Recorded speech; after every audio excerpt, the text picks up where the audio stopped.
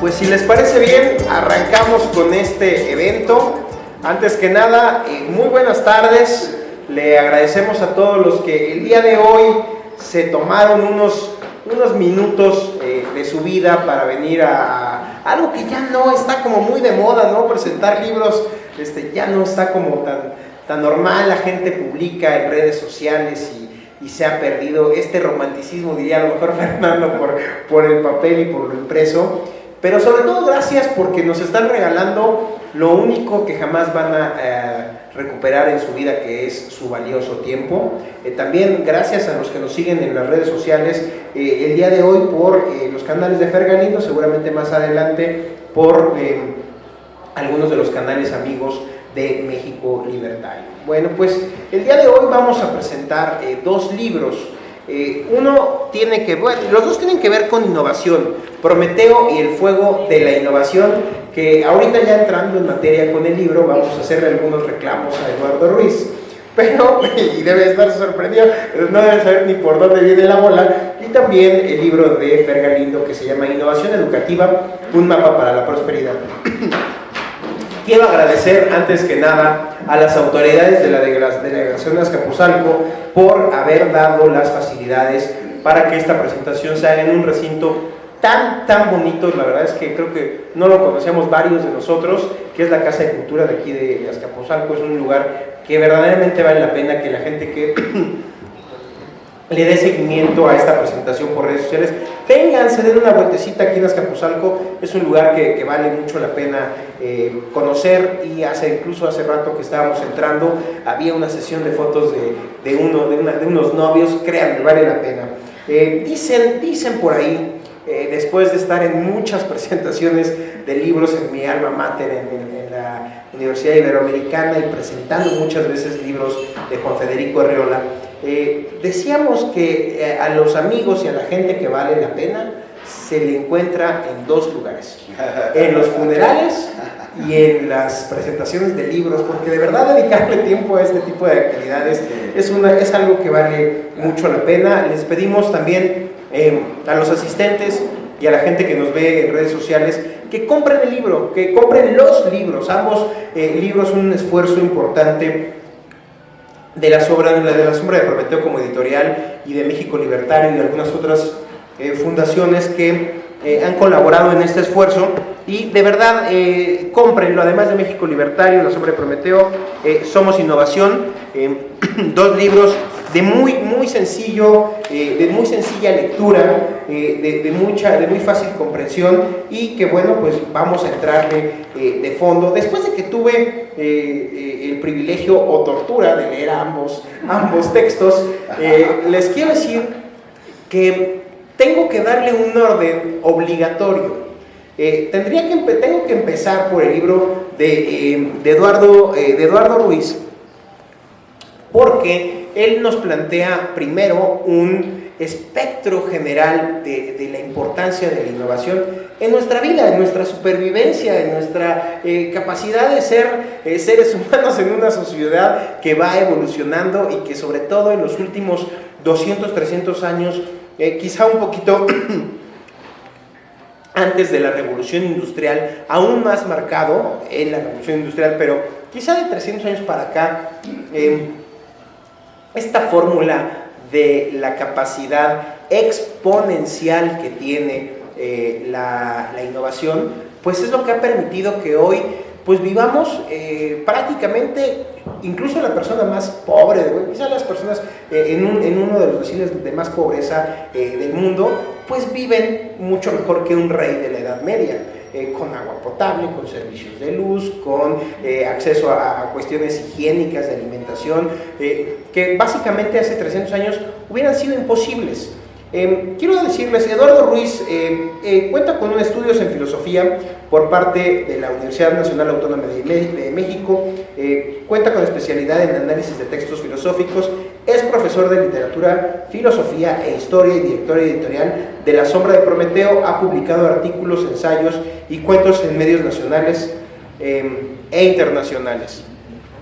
Su libro, Prometeo y el fuego de la innovación, como les dije, tiene que empezar con un reclamo. con un reclamo personalísimo, porque Eduardo se atrevió a escribir algo que a mí me hubiera gustado mucho hacer hace algunos años. Él, además de que considero yo, y ahorita lo escucharemos en voz del autor, creo que tomó el pretexto de la innovación como eso, como un pretexto para hablar de algo que corre en sus venas, que es la libertad, que es el liberalismo, quizá también el libertarismo, pero la innovación fue solo salvo que él me corrija, creo que fue solo un pretexto para decir muchas otras cosas que pensamos que la libertad es el motor que mueve al mundo. Nos hubiera gustado plasmar con esta sencillez, con esta cadencia, con esta facilidad de comprensión, porque además, yo se lo decía hace unos minutos a Eduardo, cuando empiezo a ver que Eduardo es filósofo y su formación, dije, Dios mío, ¿qué voy a leer? Voy a hablar, se va a meter como todo filósofo a los temas de la metafísica y no, me va a llevar por cualquier cantidad de autores, desde los más clásicos, desde los griegos, desde los estoicos hasta, no, eso no sucede en este libro.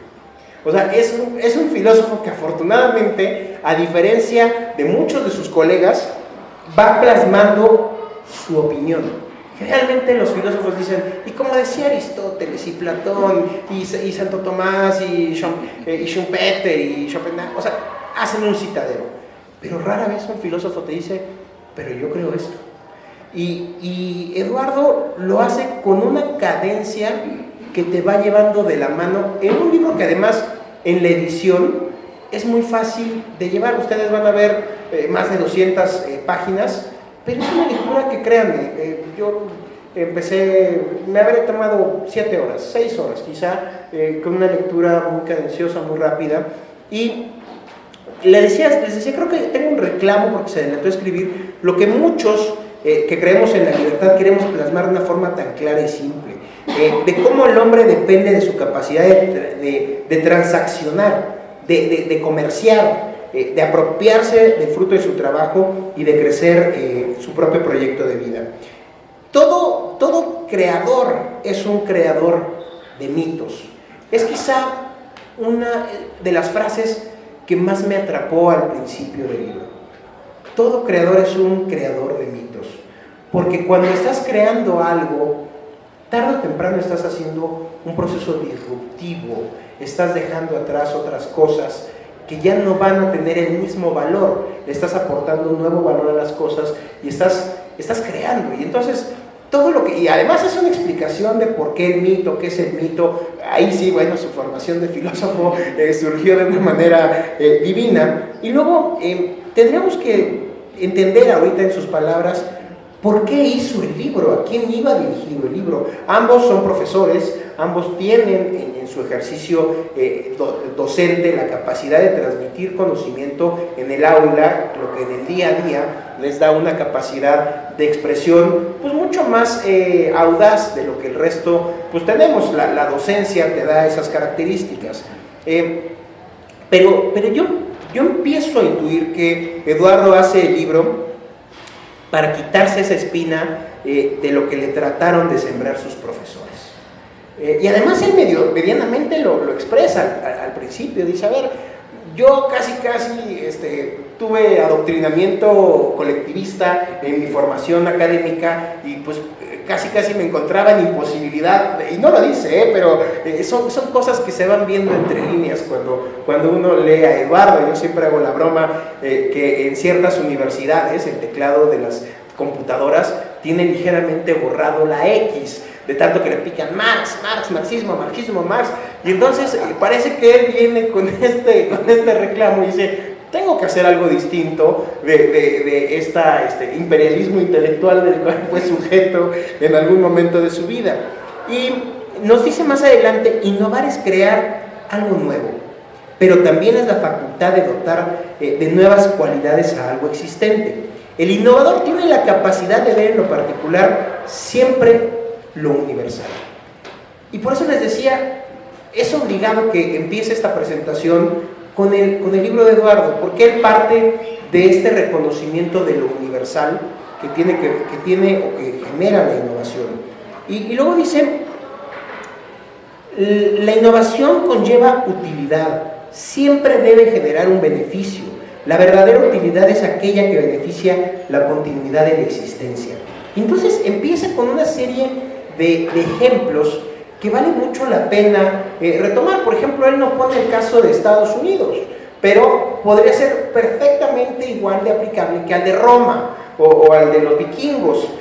Cuando nosotros vemos la capacidad bélica que tienen algunas sociedades durante el proceso histórico, que además hay una tercera parte del libro que habla de historia de manera profunda. Yo creo que se equivocó de formación, en lugar de filosofía debió de haber estudiado historia.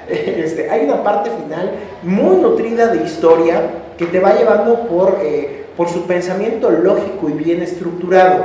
Pero te dice, a ver, Roma, y yo le agrego, es aplicable a los vikingos, es aplicable quizá a los mongoles en su momento, o a Alemania, o hoy a Estados Unidos. No es que sean una potencia mundial, nada más por su capacidad bélica. Es que cuando uno ve la capacidad bélica, atrás de eso hay una gran capacidad de ciencia y de desarrollo tecnológico y de innovación. Es decir, no porque Estados Unidos haya generado un misil y tenga amenazado al planeta de que tiene la capacidad de dominarnos, es por eso que es una gran potencia. No, porque para hacer ese gran misil tuvo que haber metido una gran cantidad de educación, de formación, de incentivos para el desarrollo tecnológico, para los incentivos del desarrollo científico, y por lo tanto todo eso lleva procesos de innovación.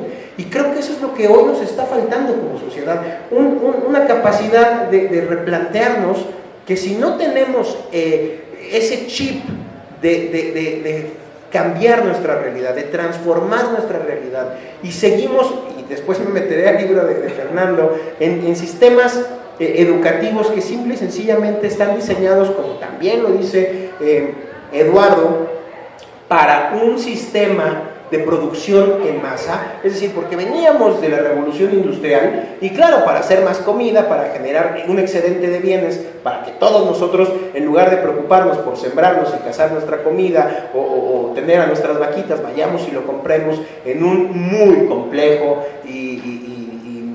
pues diría eso, complejo sistema de intercambios, pues se tuvo que haber desarrollado mucho más. Teníamos que haber tenido esa semilla de ciencia, de tecnología y de innovación, y es lo que plasman ambos libros.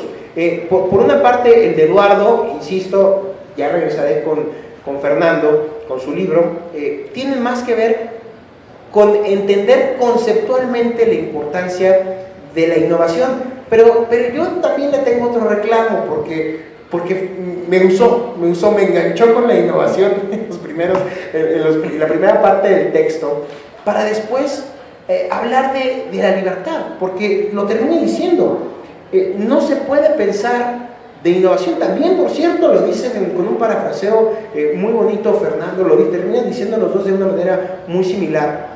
No se puede pensar en innovación, no se puede pensar en educación si de por medio no está la libertad. Y entonces, por eso digo, Eduardo tomó de pretexto la innovación para después hablar de la libertad y sus consecuencias. Diría también Karl Popper, hasta de la libertad y sus enemigos, ¿no? Y lo que todos los días puede atropellar o poner en peligro nuestra libertad. Dice Eduardo en una de las partes de su libro: la innovación es un fenómeno de la que incluso dependen los pueblos, las civilizaciones. Ejemplo, llevar agua a algunas comunidades para tener sistemas de riego y abastecimiento de alimentos, hasta instrumentos bélicos para la defensa e incluso la conquista. Antes de pensar en la capacidad bélica de Roma, yo le agregaría de Estados Unidos, tenemos que pensar antes en todo lo que hay detrás de esas herramientas. Hace 200 años, el 90% de la población del mundo vivía en pobreza extrema. Hoy es solo el 10%. ¿Qué quiere decir? Que la capacidad de innovación, que la capacidad de desarrollo, que el cómo, aunque le duelan muchos, Hoy en la narrativa que escuchamos en toda América Latina, al menos en toda la América Latina, inundada de populismos, con estas ideas de la izquierda bolivariana, pues aunque les enoje, los 200, casi 300 años de migración de un 90% de la población de pobreza extrema a solo un 10%, se lo debemos al mercado. Se lo debemos al capitalismo, se lo debemos al sistema que tanto se quejan todos los días, si es que acaso no me regañan los dos por usar esta palabra y seguir una narrativa tonta, los esquemas neoliberales, y digo, me atrevo a decirlo, para entrar en la narrativa del día a día, pero no existe un neoliberalismo, existen las mismas ideas de la libertad de los clásicos, las que hoy atacan con una nueva narrativa para pues que esta gente tenga más poder. Y curiosamente, donde han tratado de revertir el modelo, lo único que se genera es pobreza. También habla, por ejemplo, se mete en una parte que digo, wow, se mete con Schumpeter, ¿no? Ya cuando te metes con Schumpeter estás hablando de palabras mayores y sobre todo en su principal tesis, que es la destrucción creativa. Y además déjenme decirles una cosa, define la destrucción creativa y le explica, creo que mucho mejor y mucho más simple que el propio Schumpeter.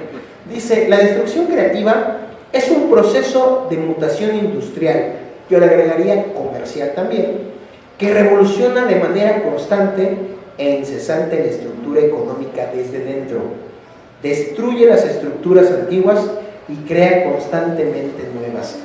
Créanme que llegar a este párrafo para describir la destrucción creativa de Schumpeter es una verdadera joya. Como nos dice, todos siempre vamos a estar en un proceso de cambio. Cuando nosotros pensábamos que ya la agricultura, que la ganadería, que las fábricas iban a funcionar de una manera, pues ¿qué creen?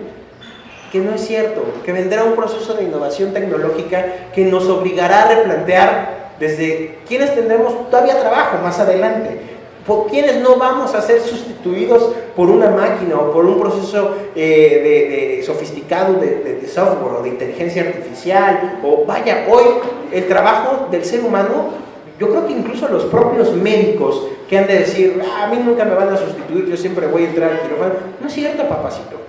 No es cierto, la inteligencia artificial, la mecánica, la robótica están haciendo que ya en muchos procedimientos el médico se pueda hacer a un lado. Hay muchos procesos de inteligencia artificial que hoy permiten que los diagnósticos sean mucho más precisos que los de un médico.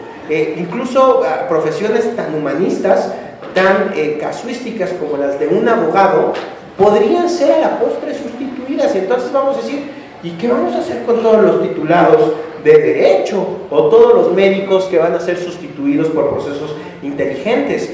Y entonces Schumpeter mete ahí la ecuación y lo maneja muy, muy claro Eduardo. Dice, estos cambios no van a parar, porque entonces el médico tendrá otras nuevas formas o capacidades y actividades para poner sus conocimientos de la medicina hasta los lugares donde la tecnología y la innovación todavía no lo alcancen. Voy a ir cortando ya para que esto sea muy dinámico. Ahorita, insisto, me centro en el texto de Eduardo. Vamos a dejar que Eduardo también hable unos 15, 20 minutos. Haremos el mismo ejercicio con Fernando para abrir las preguntas y respuestas con ustedes. Así es que le voy haciendo algunas preguntas a Eduardo. Dice, bueno, el último que claro que me faltó como un reclamo de que le faltó ponerlo en su texto, ya casi como un ejemplo a prueba de dormidos, por no decirles una grosería, el ejemplo del trapiche de López Obrador, ¿no?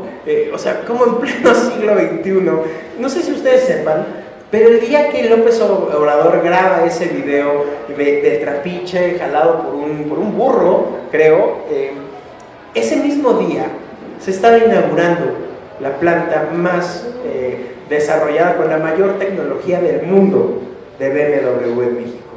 Y él decidió, en lugar de ir a inaugurar una de las plantas más tecnológicamente avanzadas del mundo de una empresa alemana en México, él decidió ir a decir que la razón de la innovación y de la tecnología y lo que aspira México era el trapiche.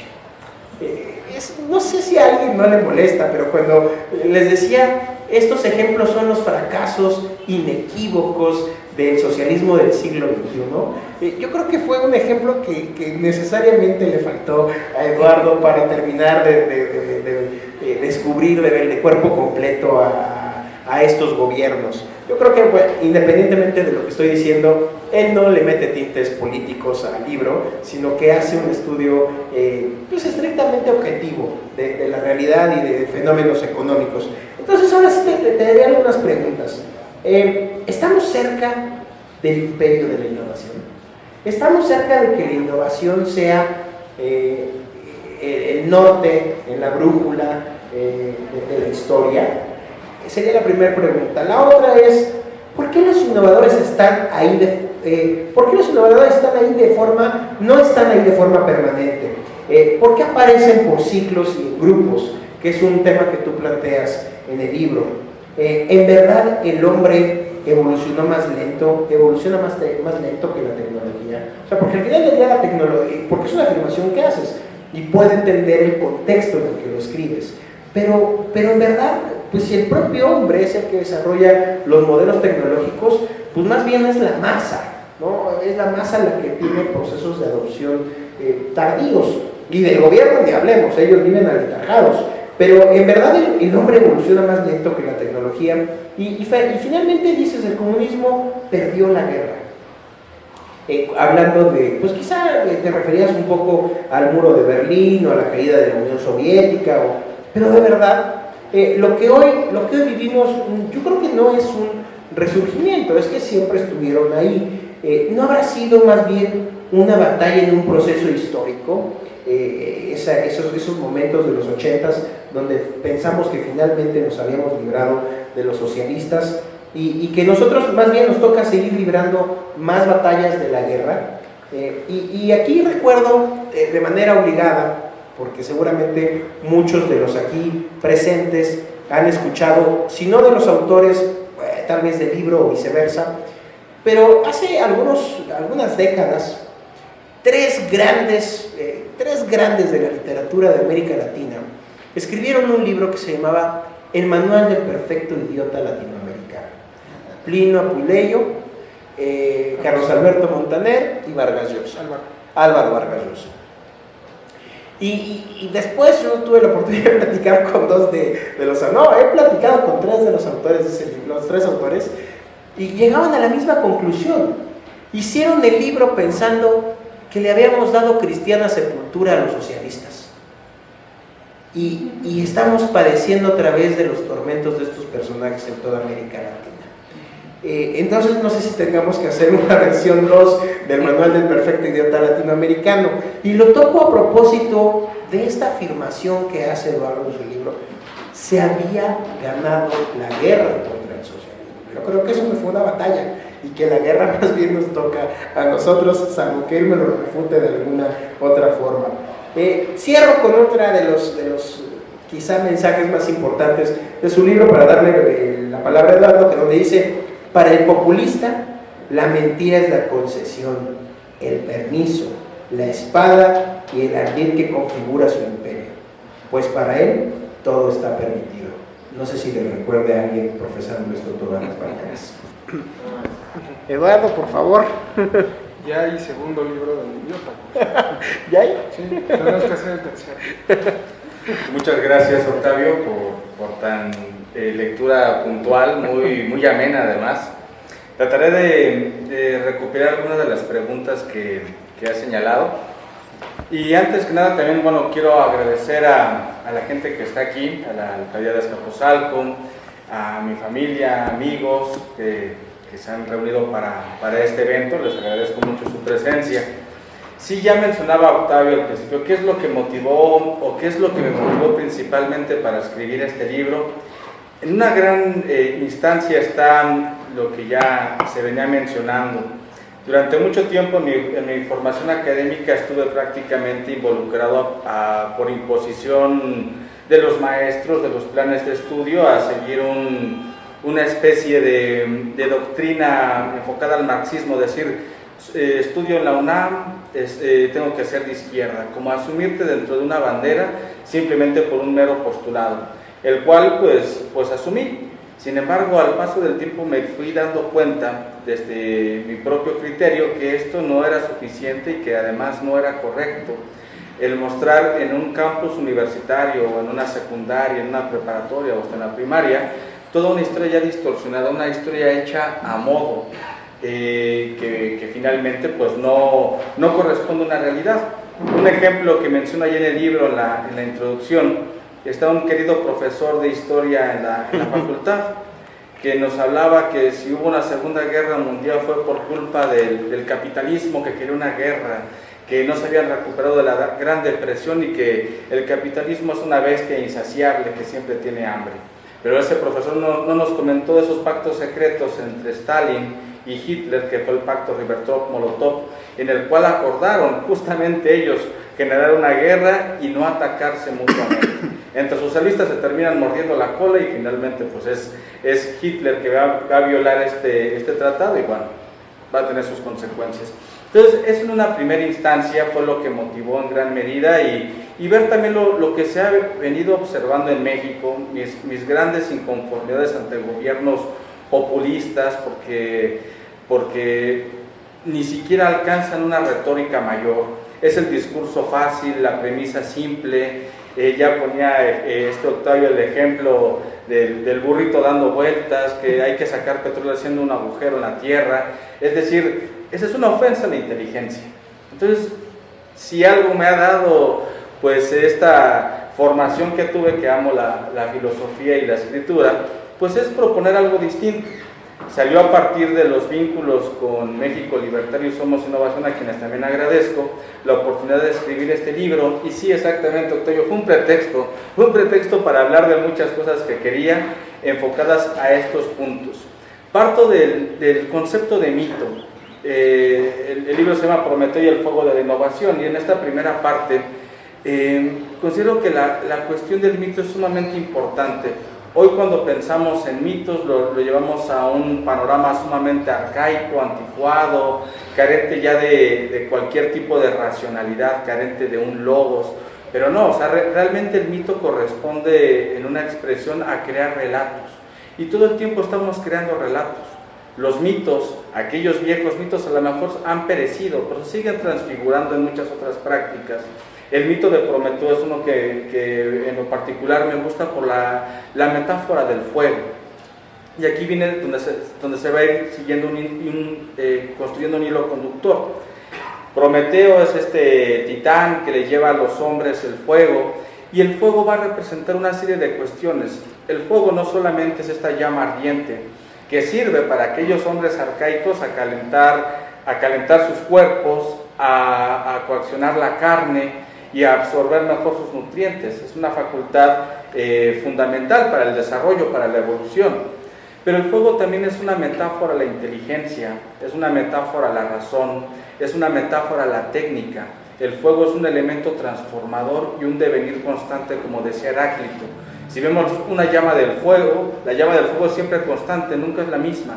Y eso es la facultad que tiene un creador. Un creador es alguien que es innovador. Y esta facultad creadora es inherente al ser humano. El punto es aquí cómo se va a potencializar, y que sí, finalmente los grandes procesos de transformación pertenecen a individuos, individualidades o agentes colectivos pequeños. No va a venir un movimiento en masa como tal. Pero bueno, regresando a ese punto del fuego de Prometeo, recurriendo al mito, recuerdo una lectura que me gusta mucho en lo particular. Yo digo, hay que leer esos libros, hay que leer a Marx y criticar a Marx y pensarlo. Hay que leer aquello que no nos gusta también, o que nos gustaba y que nos deja de gustar después. Por ejemplo, en Dialéctica de la Ilustración de Adorno y Horkheimer hay una parte donde estos dos teóricos marxistas mencionan que Odiseo es una expresión de este primer gentleman, un primer burgués. ¿Por qué ven así a Odiseo? Lo ven así porque Odiseo es un líder nato, Odiseo es alguien que va a enfrentarse ante las autoridades, Pongamos nada más una referencia, el caballo de Troya. Tenían a su gran héroe Aquiles. Aquiles era el gran héroe griego que iba a derrotar a los troyanos, sin embargo Aquiles es muerto. Aquiles, aun siendo un semidios, es un personaje ya hecho, es un personaje acabado. Su destino está ya inmerso dentro de él. Sin embargo, Odiseo va a desafiar ese destino y al desafiar a su destino, va a desafiar a los dioses. Él va a crear el plan del caballo de Troya. Ese plan va a llevar a cabo a la derrota de los troyanos y el triunfo no solamente es de Odiseo, sino de todos los griegos. Es aquí como la particularidad trasciende a estos elementos que configuran su contexto histórico o su formativa social. Otro ejemplo, que es el que retoman Adorno y Horkheimer, es, como todos saben, hay este mito en la Odisea de que van a surcar el mar de las sirenas y Odiseo vuelve a tener un gran plan. Bueno, nadie puede surcar ese mar de las sirenas porque los marineros, los remeros, se arrojan ese canto seductor y mueren. Bueno, Odiseo se le ocurre colocarle cera a sus remeros, a sus compañeros de viaje, y él amarrarse un mástil. Bien, finalmente surcan el mar de las sirenas, él se vuelve loco queriéndose ir revolcar para arrojarse. Él fue el único que escuchó el canto de las sirenas. Eso es lo que le reprochan una postura marxista. Es que el capitalista opresor es el único que disfruta de los bienes y todos los demás son explotados. Esa es una visión hecha a modo, una visión un tanto forzada. Digo, bueno, ¿por qué no le damos la vuelta a la explicación y vemos que realmente el mito de las sirenas representa de que el ingenio, la creatividad y la innovación puede ayudar a salvar a toda una tripulación en este ejemplo? Y por supuesto, los más dotados, los más capaces también tienen beneficios distintos, porque también son los que corren los riesgos mayores. Y eso lo podemos hacer en muchas analogías en un mundo liberal. Y bien, continuando con esta breve odisea, lo vinculo a lo que yo también mencionaba Octavio, hace lo que corresponde al sentido histórico. Nuestra época actual, al menos en un gobierno como el que nos corresponde, ha perdido este sentido histórico. Es un personaje que está atrapado justamente en el pasado. Está en un hoyo y todo el tiempo quiere regresar al pasado porque no ha entendido la historia. Y el no entender la historia pues no sirve de nada porque va a estar repitiendo los errores de siempre. En el sentido histórico que planteo en el libro, es como toda civilización que ha logrado trascender es aquella que innova. Más allá de la guerra, más allá de estas facultades destructoras, por supuesto, que tiene también el ser humano, antes de eso, lo que mueve la historia son las facultades de crear y las facultades de innovar. Innovar es crear algo nuevo que no estaba o recrear lo que ya estaba y darle un nuevo sentido, como el fuego. Por eso el fuego de Prometeo está aquí presente. Y así lo vemos con el Imperio Romano, lo vemos con cualquier otro imperio, con cualquier imperio. Es que tendría ya alguna duda, quizá Octavio, ¿por qué no menciona Estados Unidos?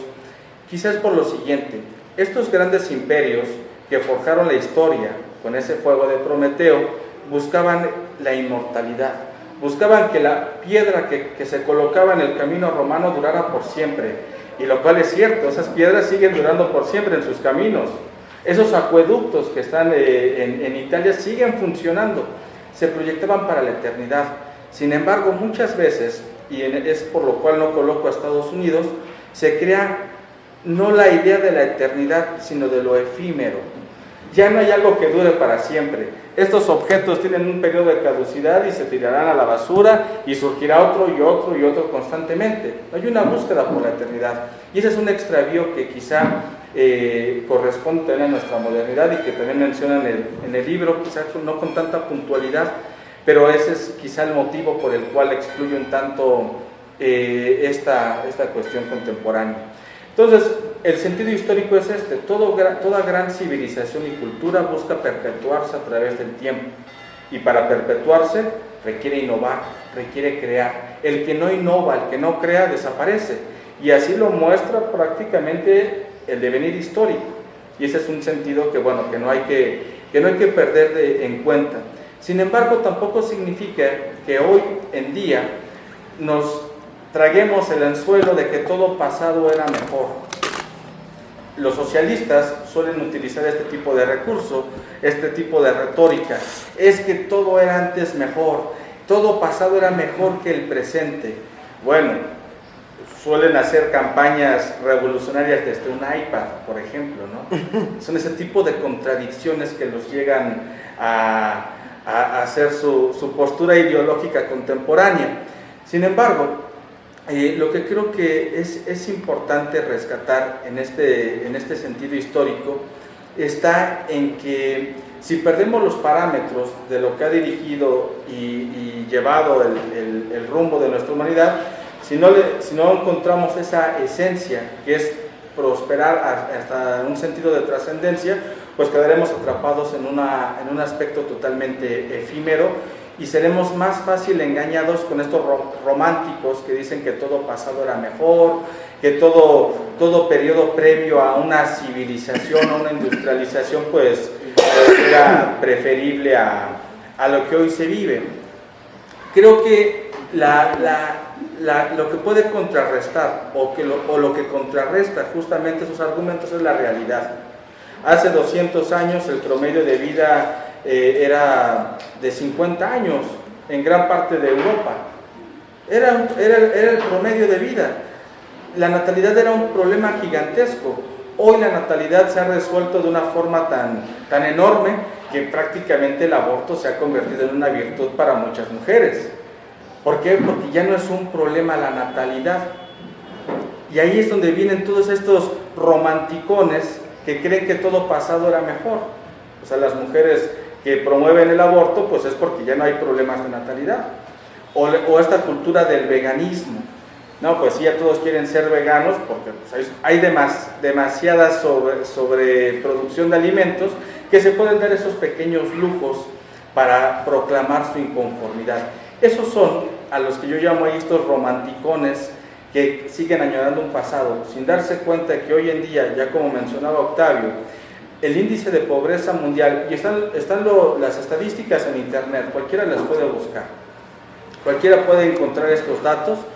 El índice de pobreza de hace 200 años era de un 90% a nivel global, hoy en día es un problema de un 10%. Claro, hay pobreza y hay pobreza extrema, pero no en la medida que se le había considerado, o como se le intenta reconsiderar hoy con este tipo de discursos populistas y simplones. Entonces, para cerrar esa parte del apartado histórico, bueno, me refiero a eso. Para entender la utilidad que tiene la innovación es ver los frutos que nos ha otorgado la innovación. Mayor expectativa de vida, mayor acceso a la educación, mayor capacidad para potencializar nuestras facultades, mayor acercamiento a la tecnología, a la nanotecnología, es decir, vivimos un proceso aceleradísimo. Y sí, quizá ahí para ver esa otra pregunta, Octavio, que planteabas, ¿quién se va desarrollando más rápido? Bueno, la tecnología está desarrollándose a pasos agigantados. Sin embargo, no podemos hablar de una evolución. O sea, la evolución es propiamente de un elemento biológico y orgánico. Lo que pase más adelante será ciencia ficción. En este momento, bueno, el hombre es el que es el dueño del fuego. Cuando el hombre deje de ser dueño del fuego, quizá dejará de ser hombre, ¿no? Y esperemos que eso no suceda, y si sucede, pues ya viviremos una realidad como Terminator o como Matrix, quizá, ¿no? Pero bueno, para eso está la ciencia ficción. Y ya para ir cerrando y dar la parte a Fernando, a su presentación, en la última parte del libro, en las dos últimas secciones, hablo del sentido estético. Y ese sentido estético se refiere a esto que habíamos comentado en un inicio. Se ha perdido en este mundo tan acelerado, tan desarrollado en su técnica, la capacidad de pensar en trascender más allá de permanecer.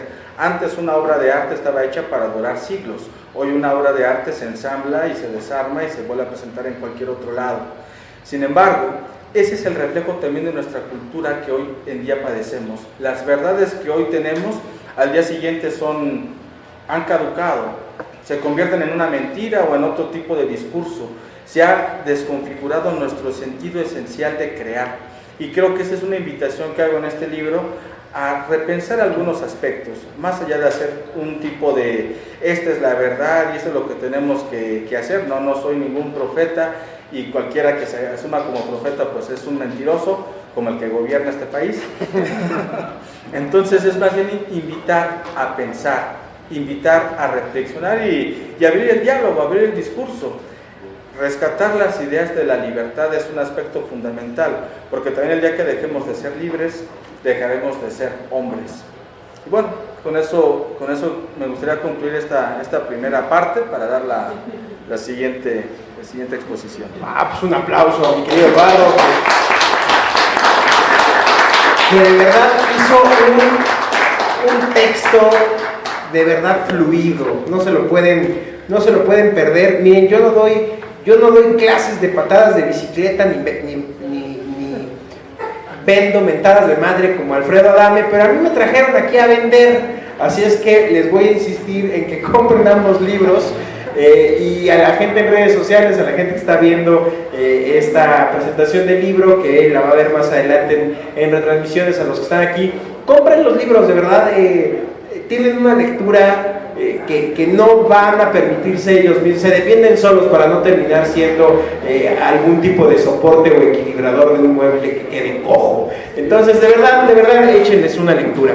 Miren, me faltaron dos grandes puntos del libro de Eduardo, que yo creo que ya más adelante en la siguiente oportunidad tendrá la posibilidad de ampliarlos, pero fíjense, Eduardo nos advierte que además de que el genio innovador, esa persona que debe tener cierta capacidad o cierta genialidad, no solo tiene una gran capacidad racional, sino que también tiene un sentido de la intuición más agudo que el resto. Es decir, es capaz de ver cosas que siempre estuvieron ahí, pero el resto no tuvo la capacidad de conceptualizar. Y pone ejemplos como la ley del isocronismo, del péndulo o el principio de la hidrostática. Hay cosas que siempre han estado ahí frente a nosotros. No quisiera, a lo mejor por algo en lo particular, no se quiso meter, por ejemplo, a los avances ni siquiera de Alva Edison, del otro gran científico de la energía. No. ¿Qué? De Tesla, que pues, igual son fenómenos que siempre han estado ahí, pero pues no cualquiera tuvo la intuición de verlos. O sea, no nada más hay que ser verdaderamente, tener una capacidad racional importante, es decir, la genialidad, sino una capacidad de intuición importantes. Y en el análisis estético del arte, Eduardo nos advierte también el inicio de un nuevo paradigma. Nos dice y señala con argumentos como el arte, al menos en las formas tradicionales que conocemos, que el arte ha dejado de ser fecundo. Y bueno, evidentemente le sale la vena liberal. Yo pensé que en algún momento iba a citar a Javier Milei cuando dice: no han ido a ver los edificios horrorosos que había del lado no occidental de Alemania, del lado medio soviético de Alemania. ¡Qué feos edificios! ¿Han visto los autos de los rusos, el Lada? ¿Han visto las construcciones de y el arte y los desarrollos de los países colectivistas? Estéticamente son horribles. O sea, discúlpenme, pero hasta el capitalismo está estéticamente superior. Vean los edificios en Nueva York, en los autos que desarrolla. ¿Pero a qué se debe? Pues es simplemente la libertad de innovar, pues así, innovar en libertad. Y eso hace que hasta estéticamente seamos superiores, no como dicen ellos que moralmente tienen la superioridad. Es cierto, por favor, dejemos de caer en esos cuentos. Ahora, bueno, claro, voy a empezar con el libro de Fer, que déjenme decirles una cosa. Yo creo que Fer ha de decir: ya moderas otros programas donde nos ves, ya sueño, pero no, ya no es justo verte tanto. Y tengo que también advertir, yo ya tuve la posibilidad de presentar en otra oportunidad, en otro recinto, en otro lugar, este libro de Fernando. Entonces voy a aprovechar este momento para profundizar un poquito más. Y cierro con una frase que a lo mejor vale mucho la pena también, de Eduardo, para dar entrada al libro de Fernando. Dice: hoy la mayoría de los empresarios altamente exitosos tuvieron un origen precario, pero sin duda la clave de ese éxito, más allá de su genialidad, fue el acceso a una educación que permitió abrirse paso. No fue la suerte de haber nacido en una familia con nobilidad o aristocrática lo que generó estas nuevas fortunas, sino que en la mayoría de los casos son resultado de aplicaciones tecnológicas que generan beneficio y utilidades universales. Faltaría también cerrar lo último que dijo Eduardo en su breve descripción, en su síntesis brevísima de un libro que está lleno de párrafos valiosísimos. Aquiles, antes de tomar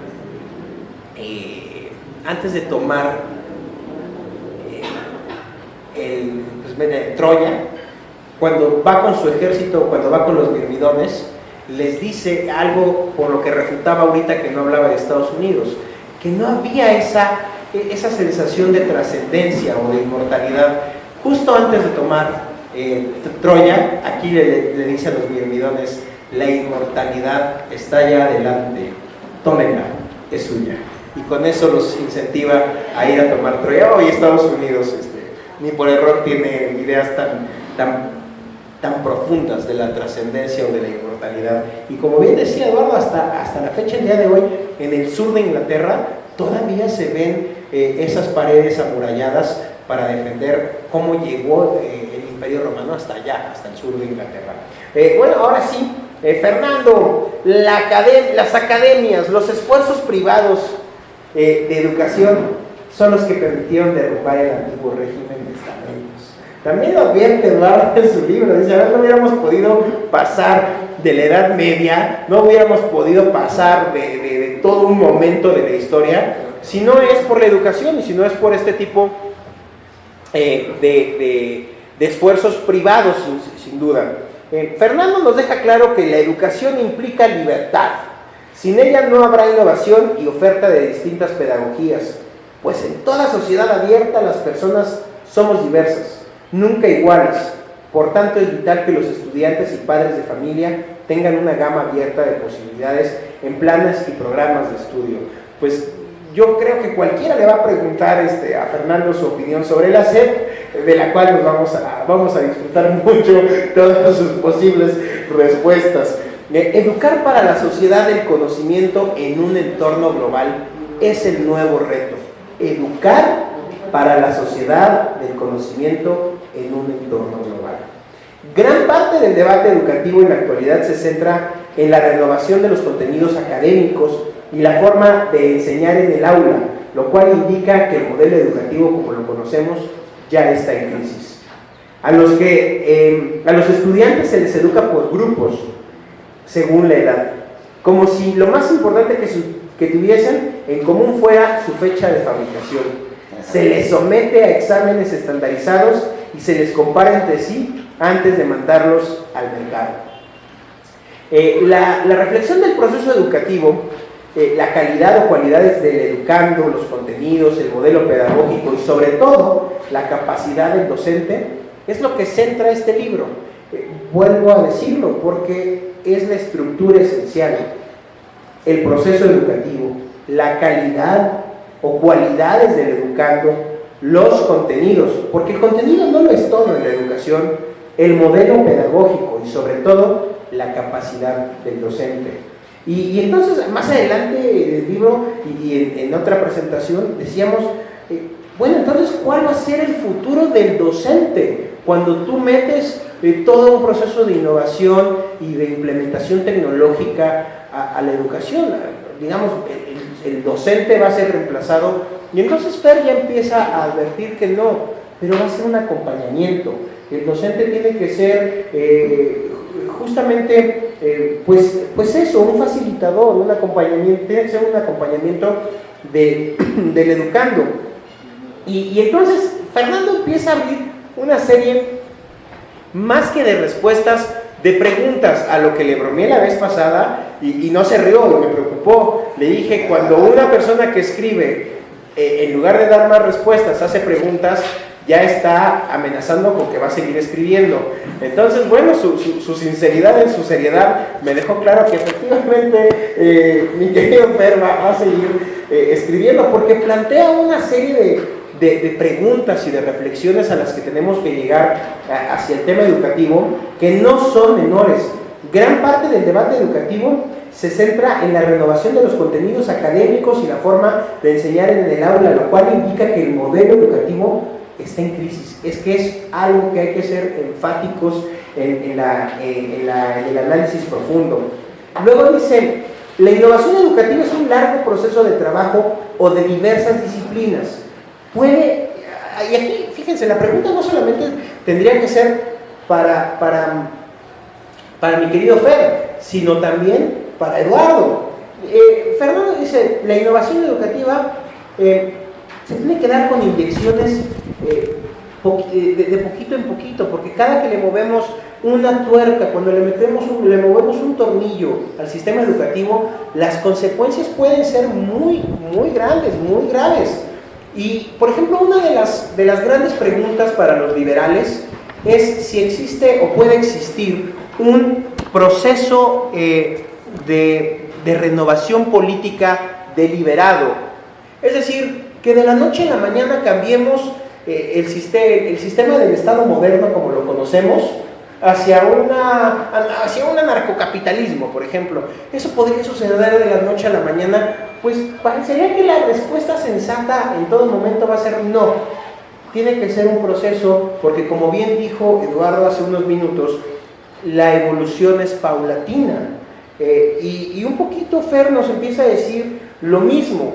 En el proceso pedagógico y en el proceso educativo tenemos que ir haciendo ajustes de poquito en poquito. No lo dice tal cual, pero lo deja entrever. Pero sin duda la innovación va de la mano, claro, con la tecnología. Y la pandemia que acabamos de vivir y que no terminamos de cerrar, que estamos todavía en otro proceso donde, bueno, voltéense a ver, casi todos traemos cubrebocas, nosotros no porque estamos exponiendo, pero esta necesidad de implementar tecnología, como hoy, pues prácticamente todo el planeta se fue a un modelo de virtualización en la educación, pues ya dejó claro que probablemente los modelos del aula están superados, que los procesos del aula tendrán que ser replanteados, y entonces tendríamos que pensar qué vamos a hacer con las aulas, qué vamos a hacer con la infraestructura física, qué vamos a hacer con toda la gran burocracia, no solamente de Estado,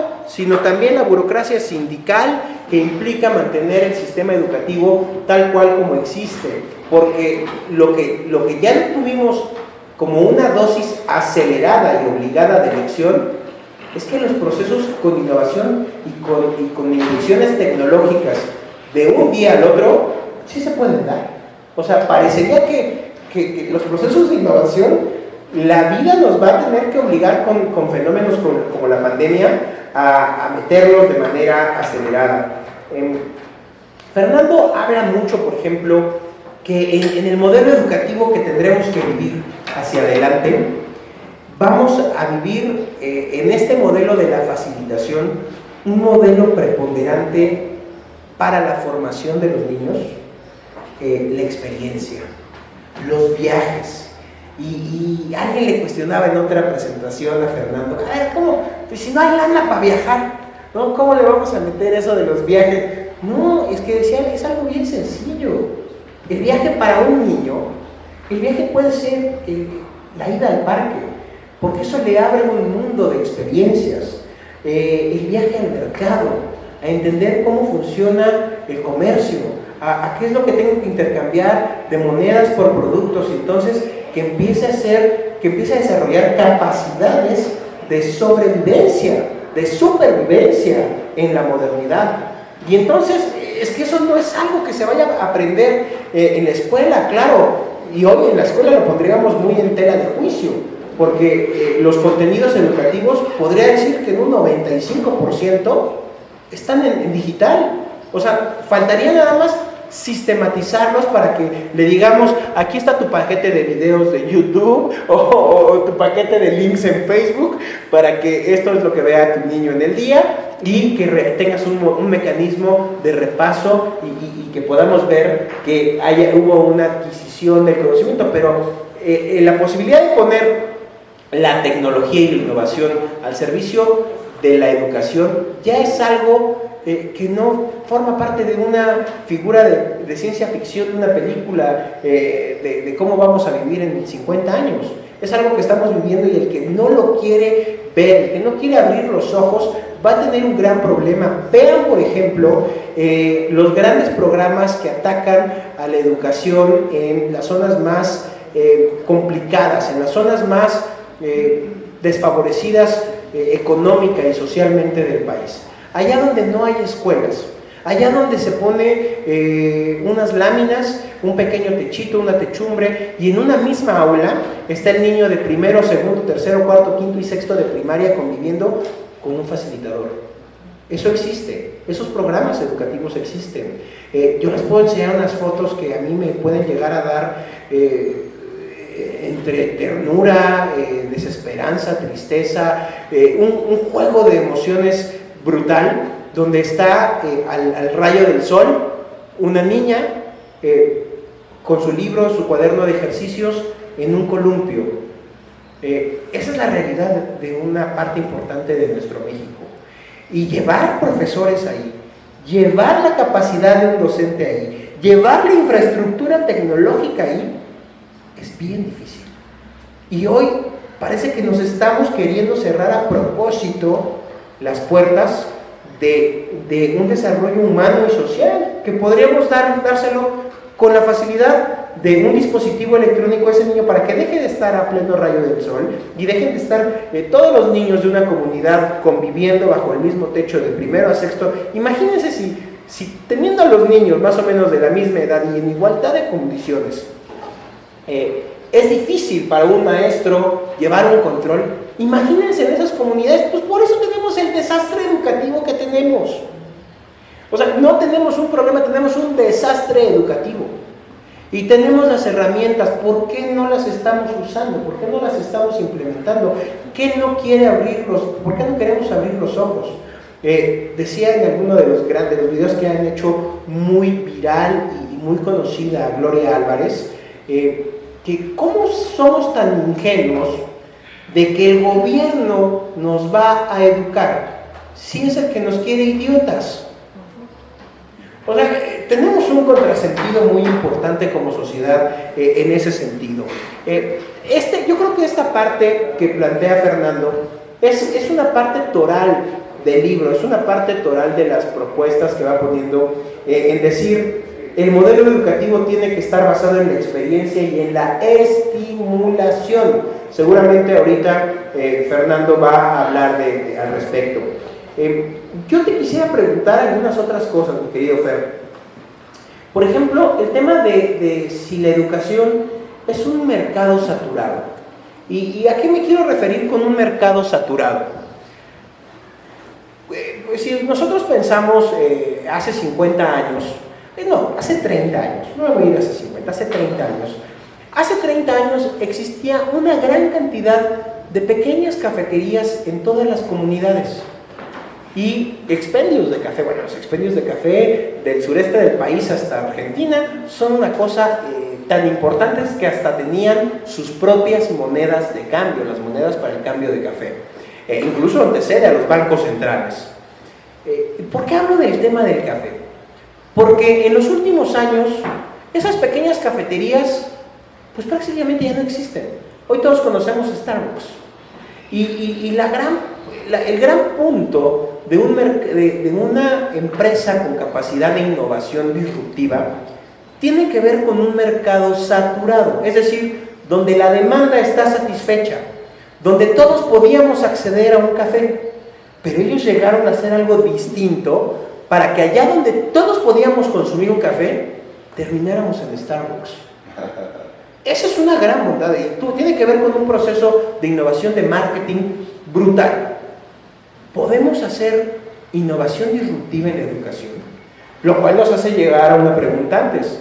La educación es un mercado saturado y podemos dar un ejemplo de innovación disruptiva con tecnología en la educación. Finalmente, para ya darle la palabra a Fernando, dice, frente a la implementación de plataformas tecnológicas, el problema es, ¿quién certifica? Le hemos dado, digamos, el Estado se hizo para que no nos matáramos los unos a los otros, para que el que detentara el monopolio de la fuerza pública, de la fuerza, del uso de la violencia, fuera el Estado. ¿Y en qué momento le dimos el monopolio de la educación? ¿En qué momento le trasladamos el poder de decir, tú vas a certificar todo? Porque hoy, para que un proceso educativo tenga validez, tiene que pasar por el permiso del Estado. ¿Qué le va a enseñar, qué le va a pedir, por ejemplo, a las academias de las grandes empresas de tecnología, como a lo mejor Google, Microsoft, IBM? ¿Qué le va a pedir el Estado que le certifique a las personas que educan? ¿Por qué una empresa te debería de contratar porque cuentas con un certificado avalado por el gobierno? Me parece un ridículo, pero sigue siendo un lastre. Entonces, la pregunta, que quizás también de fondo de lo que estás proponiendo, Fernando, es ¿quién debe de certificar? Porque el monopolio hoy lo tiene el Estado.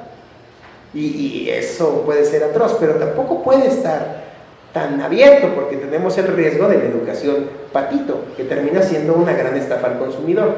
Entonces, bueno, pues es parte de lo que se plantea en el libro de Fernando, como ya no lo hice en el libro de Eduardo, que me metí más al detalle, a lo mejor por capítulos.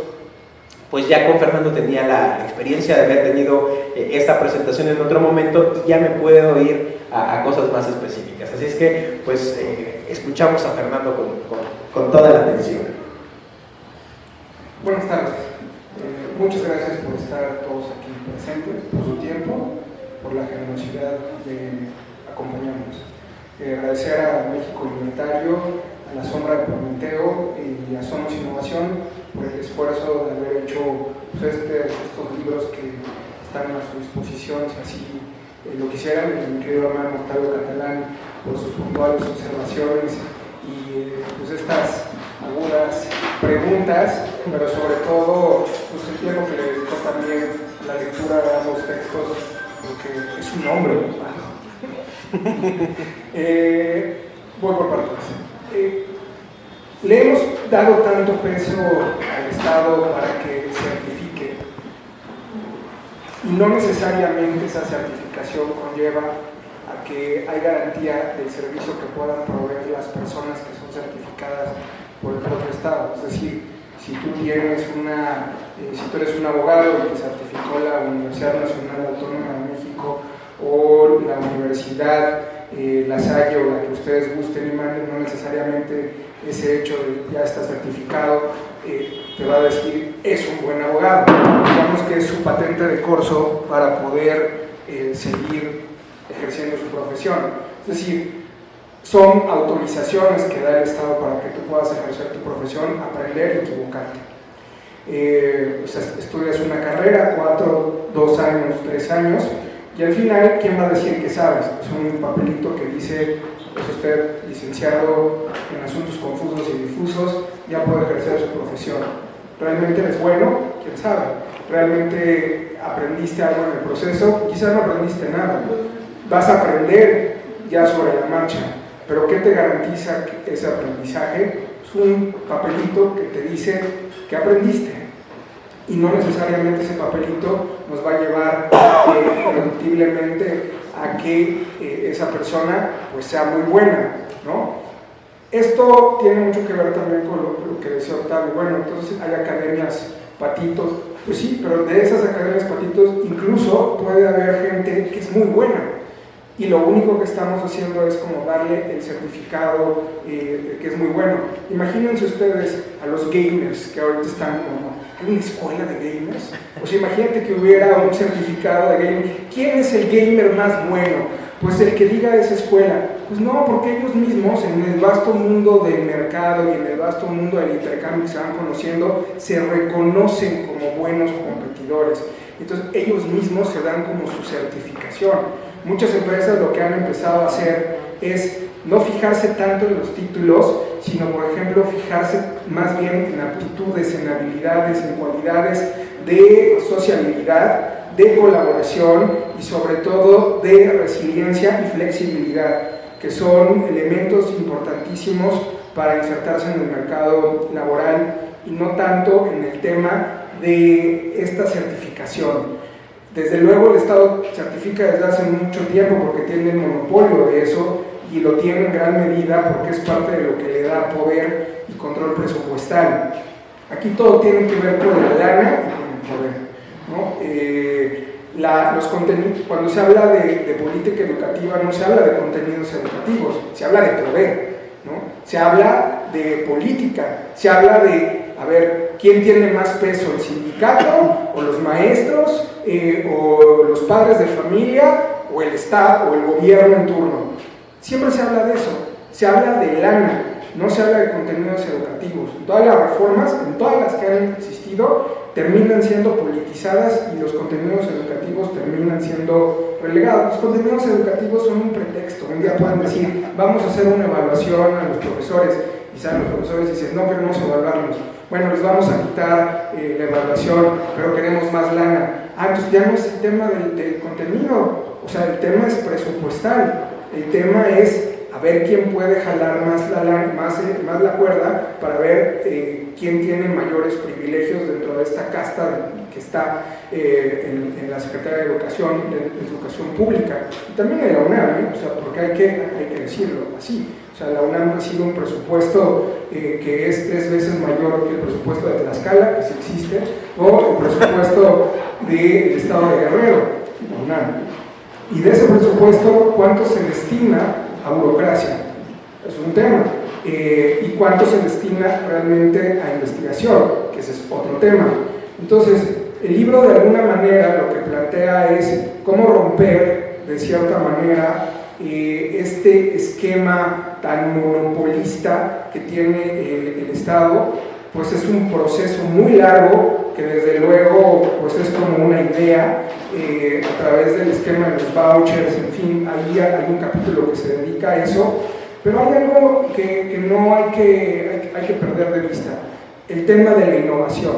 A ver, el tema de la innovación tiene que tener un propósito, que sea útil a las personas, que de alguna manera mejore su vida, porque hay gente que quiere que su vida mejore todo el tiempo, pero no sabe cómo hacerlo. Y entonces sale un dispositivo, un aparato, y nos va mejorando la vida, ¿no? Desde la cuestión más simple, no sé hacer enchiladas potosinas. Bueno, hay 4 canales de YouTube en donde te enseñan a hacer enchiladas potosinas, y es como tomar una clase en una escuela de gastronomía de buen nivel y aprendes a hacer las mentadas enchiladas potosinas a partir de prueba y error.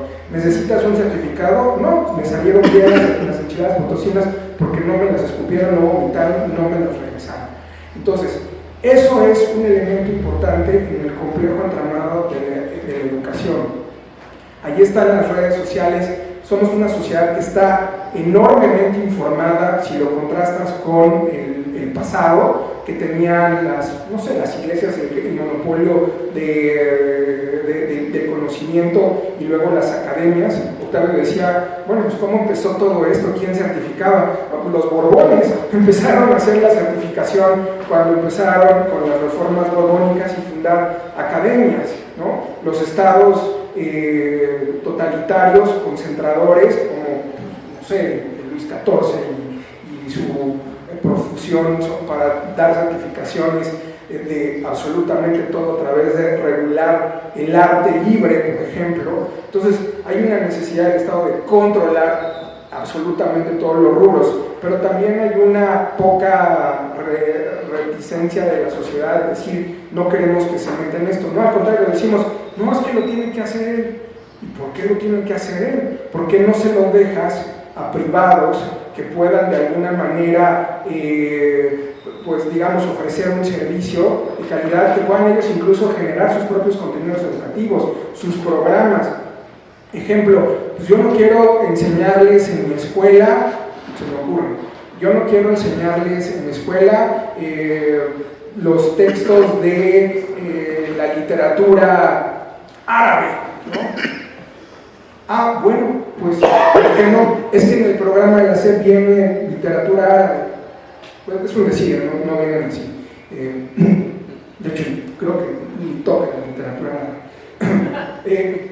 El punto es que esa escuela podría hacerlo y mi papá diría, yo quiero que ahí estudien porque mira, les enseñan muy bien literatura árabe, pero además les enseñan esto y esto y esto y esto, ¿no? Pero es que es muy caro. Entre mayor competencia haya, se reducen los costos, que es un poco lo que ha venido pasando. Dice Octavio que hay escuelas, Patito, que de alguna manera no tienen esta calidad educativa porque digamos que son tan masificados los espacios, ¿no? 50 alumnos y es la misma clase para todos y demás, que también el otro tema son los alumnos, en el libro lo toco, ¿no? O sea, de alguna manera hay una responsabilidad no solo de quien imparte, de quien regula todo esto, sino también del docente y también de los padres y también de los alumnos. Entonces digamos que el libro toca todas esas áreas. ¿Cómo romperlo? ¿Cómo resquebrajarlo? Pues Octavio decía, es de poquito en poquito. Pues sí, digamos que la educación tiene que irse fracturando de poquito en poquito, porque el monopolio es tal que si te vas de frente no lo puedes romper tan fácilmente. En el libro se propone un esquema de vouchers en donde te dan no lana, sino un bono para que tú vayas y lo cambies por educación específicamente en otro lugar, en una escuela privada o en una escuela pública. Si tú vives, por ejemplo, en la delegación Azcapotzalco, te den un bono educativo con cierta cantidad para tu hijo y lo llevas a una escuela que te guste, privada o pública, das ese bono, no es lana, no lo puedes gastar en otra cosa, no lo puedes transferir, es para la familia y de alguna forma eso lo intercambias por educación en el lugar que tú quieres. La escuela recibe con ese bono el presupuesto para darle la educación a tu hijo y mantener la infraestructura pública o privada. Desde luego es un esquema ideal, se tienen que hacer ajustes. Ha ocurrido en algunos países nórdicos que de alguna forma siempre andan referenciando como socialistas, pero que en la práctica no lo son, porque tienen muy pocas regulaciones. Entonces, es un camino. Y el otro asunto de la innovación que es importante señalarlo en las familias, en el entorno inmediato, en los viajes, usted lo decía, pues la experiencia de los niños en los viajes. Es que no tengo lana para viajar, es que no se trata del viaje que salgas tú con él a un país, se trata de que vayas con él y vayan a ver la flora y la fauna de aquí, la Casa de Cultura, ¿no? ¿Qué árbol es el que está aquí enfrente? ¿No? ¿Qué tipo de árboles? ¿Qué tipo de flores tenemos alrededor? ¿De quién son las pinturas que están aquí? ¿Cómo se hace un vitral? ¿No? ¿Cuál es la técnica que se utiliza? Cuestiones tan simples en la propia cocina. Federico Tonucci, que es un pedagogo italiano, hizo un experimento con los padres de familia en el proceso de confinamiento, que decían, es que ¿cómo les doy laboratorio? ¿No? Pues bueno, cocina algo, platícale a cuánto se fríe un huevo, ¿no? Estrellado, o sea, darle como algunos elementos que pueda el niño configurar de una forma lúdica, juguetona, que es muchas veces lo que vamos perdiendo con el paso del tiempo. Ahora tenemos una cantidad de conocimiento disponible, pero un rechazo profundo a seguir alimentándonos de todo ese conocimiento y una pérdida de esa situación o de ese interés. Y nada más termino con un caso en concreto que tiene mucho que ver con aprendizaje, con innovación y además una mujer en Estados Unidos con una hija con 7 hijos y su esposo que tenía un trabajo, pierde ese trabajo y al mismo tiempo uno de sus hijos está en una situación de una enfermedad muy delicada, invierten todos sus ahorros en salvar a su hijo, lo salvan y se quedan sin absolutamente nada. La señora dice, ¿quién puede hacer edredones? Porque pues sé hacer edredones, pero no solamente eso, su hija le dice, a ver, pues si vas a hacer edredones, yo te voy a grabar y voy a subir eso en YouTube. Y lo empezaron a subir en 2007, 2008, que todavía no estaba tan explorada esa parte de la monetización y demás, así, porque encontraron en esa mujer, porque además la señora iba haciendo el bordado, no se crean que era gran tecnología, no me la estaba grabando, de hecho pasaban ahí sus nietos, jugaban, escuchaban los gritos, miren, aquí está mi nieto Peter, y el niño se subía y la señora estaba tejiendo sus edredones, etc. Y la señora se dio cuenta que lo seguían otras señoras que querían hacer edredones y querían hacer lo mismo. Y no solamente eso, surgieron personas que decían, oye, ¿dónde compró esa tela? Y la señora empezó a establecer nexos con los productores de las telas, ¿no? Algo tan elemental, y se volvió una escuela de generar aprendizaje de edredones. Y no solamente eso, tiene 6 fábricas de edredones en Estados Unidos, en un pueblito al que se fueron, y es uno de los lugares en donde esa señora con su familia inyectó de oferta laboral a un pueblito que estaba en decadencia y que la mayoría de los habitantes se iban a otros lugares para poder sobrevivir. Pues bueno, eso sería como los elementos.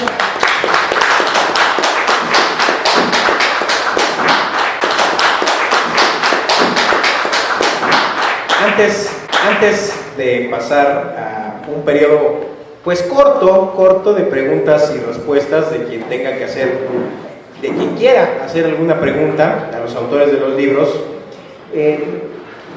me surge la necesidad de platicarles una experiencia personalísima que refuerza lo que está diciendo Fernando y que a mí como consultor me llevó a sentarme con varios exsecretarios de Educación Pública a plantearles repensar el sistema educativo. Hace algunos años tuve un auto que se les compuso un foco, un faro, y por más que yo me metí a ver cómo cambiaba el foco, pues no, estaba en chino el asunto, ¿no? Y todos me decían, no, pues lo tienes que llevar a la agencia, porque en la agencia te lo van a cambiar y no vas a trastocar nada del auto, ¿no?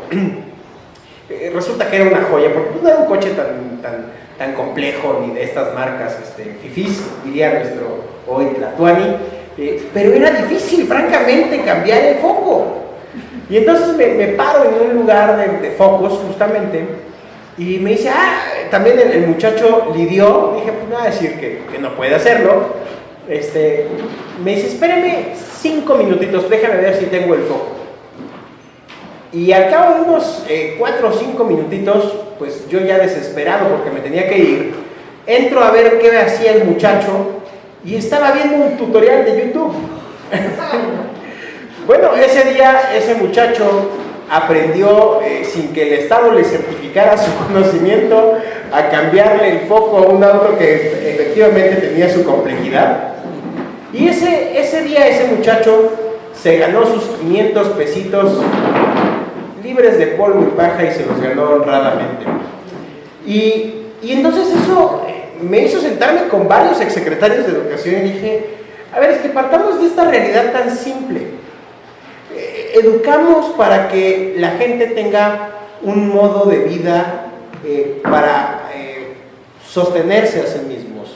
El propio Eduardo lo plantea en su libro, innovamos para sobrevivir, educamos para poder tener un espacio en la sociedad, para ser diríamos en otros ámbitos, los arquitectos de nuestro propio destino, diría Amado Nervo en aquel famoso poema. Sin esta educación no podríamos ser los arquitectos de nuestro destino. Y ese muchacho adquirió el conocimiento en un video de YouTube y de verdad me cobró 500 pesos por cambiar un foco. Lo cual me hizo decir, bueno, ¿y cuántos contenidos educativos de alto nivel no podemos encontrar? ¿Saben que hay empresas que requieren certificaciones internacionales para que un ingeniero se pueda subir a ciertas alturas con ciertos niveles de seguridad con los arneses y demás para poder hacer un cableado? Bueno, los videos de certificación están en YouTube. O sea, no se certifica y no adquiere el conocimiento el que no quiere. Por eso el planteamiento es de fondo. ¿Por qué le seguimos poniendo el monopolio de la certificación del conocimiento al Estado? Y lo hablo desde la primaria hasta cuestiones muy específicas, muy técnicas, que te pueden dar un mejor empleo, una mejor remuneración, una mejor forma de vida a ti y a tu familia. O sea, hoy el que no quiere, el que no se educa es porque no quiere. Hoy ya ni siquiera el pretexto puede ser económico. Ya superamos ese momento de la historia. Por eso también Eduardo dice, estamos en el momento de romper un paradigma. Vale mucho la pena, disculpen, no hubo lana para contratar a Dame, pero me trajeron a vender libros. Compren el libro, por favor, y de verdad tengan esa conversación con los autores, tengan esa conversación que te ofrece la lectura. Son libros ligeros, son libros que se pueden digerir muy rápidamente, muy rápido, y además el formato de la edición está de verdad espectacular. Gracias, y además de que, bueno, pues está el libro físico, y decíamos al principio de este evento que era casi nostálgico regresar a un libro impreso y hacer una presentación de libros como esta, pues no podíamos quitarle la dosis de innovación y de modernidad. Ahí están los códigos QR para que lo bajen en digital, para que lo compren a través de tiendas virtuales, y además déjenme decirles que en la transmisión por Facebook, que se cortó por batería, teníamos hasta hace unos minutos ya más de 100 reproducciones del video, lo cual quiere decir que pues hoy fuimos cientos de personas en esta presentación. La última pregunta, les prometo que fue la primer mano levantada, y que en cada pregunta se levantó y se levantó la mano, así es que adelante. ¿Cuál es tu pregunta? ¿Cuánto cuestan los libros? Eso no fue una pregunta sembrada, se los prometo. ¿Puedo comprar uno? Claro que sí, ahorita lo compramos. Vamos a hacer un pequeño cierre ya de reflexiones de 1 o 2 minutitos, y si le quieren dar respuesta a estas últimas preguntas. Bueno, pues más que nada agradecerles a todos, a familiares, amigos, a la gente que se hizo cita aquí para hacer este encuentro posible. Pues yo agradezco nuevamente la oportunidad de estar aquí con ustedes. Este libro, pues espero que a los que estén interesados y se acerquen, bueno, les ayude a generar algunas luces y cuestionar otras, pues de eso se trata. Y pues prácticamente es eso, agradecerles. Sobre la pregunta del libro, el costo del libro físico es de 250 pesos, y en los códigos QR están en formato electrónico, es en 130 pesos. ¿Sí? Ya bueno, si alguien estuviera interesado con la editorial, que es la Sombra de Prometeo, que yo la coordino, bueno, tiene un costo preferencial, tiene un costo porque desde la plataforma es más caro. Bueno, solamente para hacer el breve comercial, y agradecerles nuevamente a todos su presencia en este bonito espacio. Muchísimas gracias, mi querido Eduardo. Además, quiero cerrar también esta parte de la presentación del libro de Eduardo, Prometeo y el fuego de la innovación, con una frase poderosísima que ya está casi al concluir el libro, que dice: escribir por consigna política es el mayor de los crímenes impuestos a un escritor. Al determinar la literatura útil para el Estado, se viola la libertad creativa y las facultades del desarrollo técnico de nuevas obras. De verdad, compren el libro, ambos libros son una maravilla. Mi querido Fer, no es que me convierta en bogus, pero si no cierras con tu frase esta presentación, se considerará casi un delito tu paso por este hermoso libro. Bueno, agradecer a todos los que están aquí, los que estuvieron en la transmisión, todas las intervenciones y preguntas. Yo no llegué a la docencia por casualidad, yo decidí ser docente, tengo 16 años siendo docente en Escuela Media Superior, en adolescentes en preparatoria. Mis padres son docentes del Instituto Politécnico Nacional, mi papá lleva 40 años de servicio en la ESCA.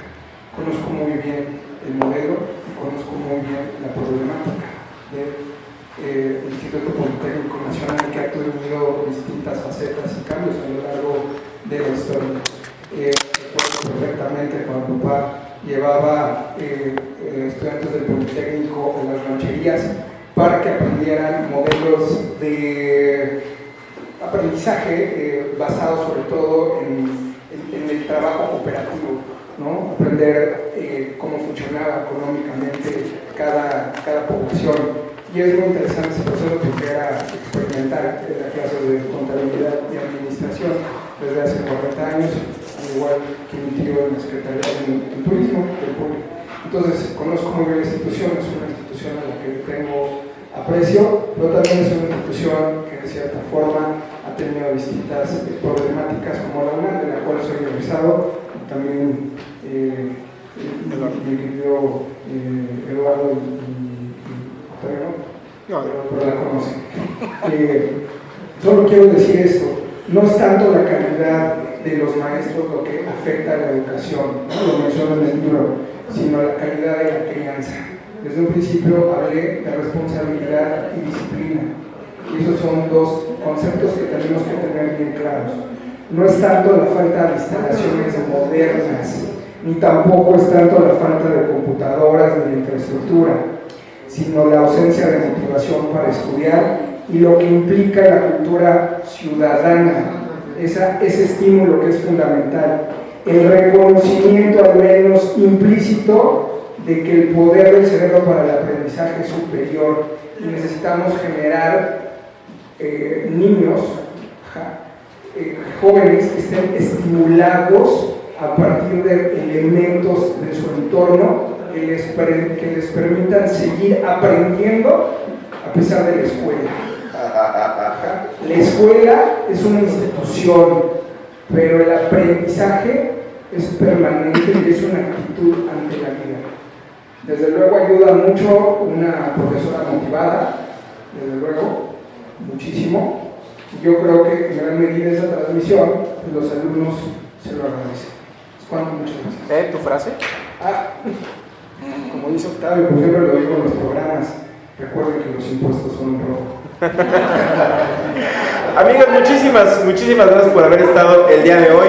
Quiero hacer un agradecimiento para finalizar otra vez a tres instituciones, a la Sombra de Prometeo, Somos Innovación y a México Libertario, quienes hicieron posible la publicación y que estos libros se hicieran. Quiero dar también las gracias a las autoridades de la Delegación Azcapotzalco por darnos hospitalidad en este hermosísimo recinto. Había ya algunos comentarios en redes sociales donde decían, qué lugar tan bonito, vale la pena, conózcanlo. Ustedes que están aquí, pues ya se dieron cuenta de lo precioso que es este lugar. Muchísimas gracias. Yo quiero decirles unas palabras. Gracias a todos por estar aquí en estos eventos. Esta es Casa de Cultura, Casa Abierta al Arte, y bienvenidos todos. Y bueno, ya que están aquí, también los invitamos a que hagan un recorrido por las exposiciones. Muchas gracias y gracias por traer su evento a esta casa. No, muchísimas gracias de verdad a la gente de la delegación. Muchísimas gracias.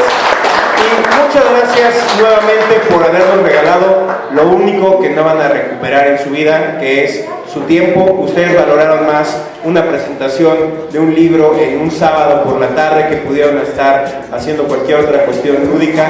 Están aquí, se los agradecemos. Van a estar aquí los autores de los libros para tomas de fotografía, firmas de libros, firmas de documentos. Y muchísimas gracias. No olviden golpear al Estado un par de veces a la semana. Nos va a hacer gente muy feliz. Que tengan muy buen tratamiento.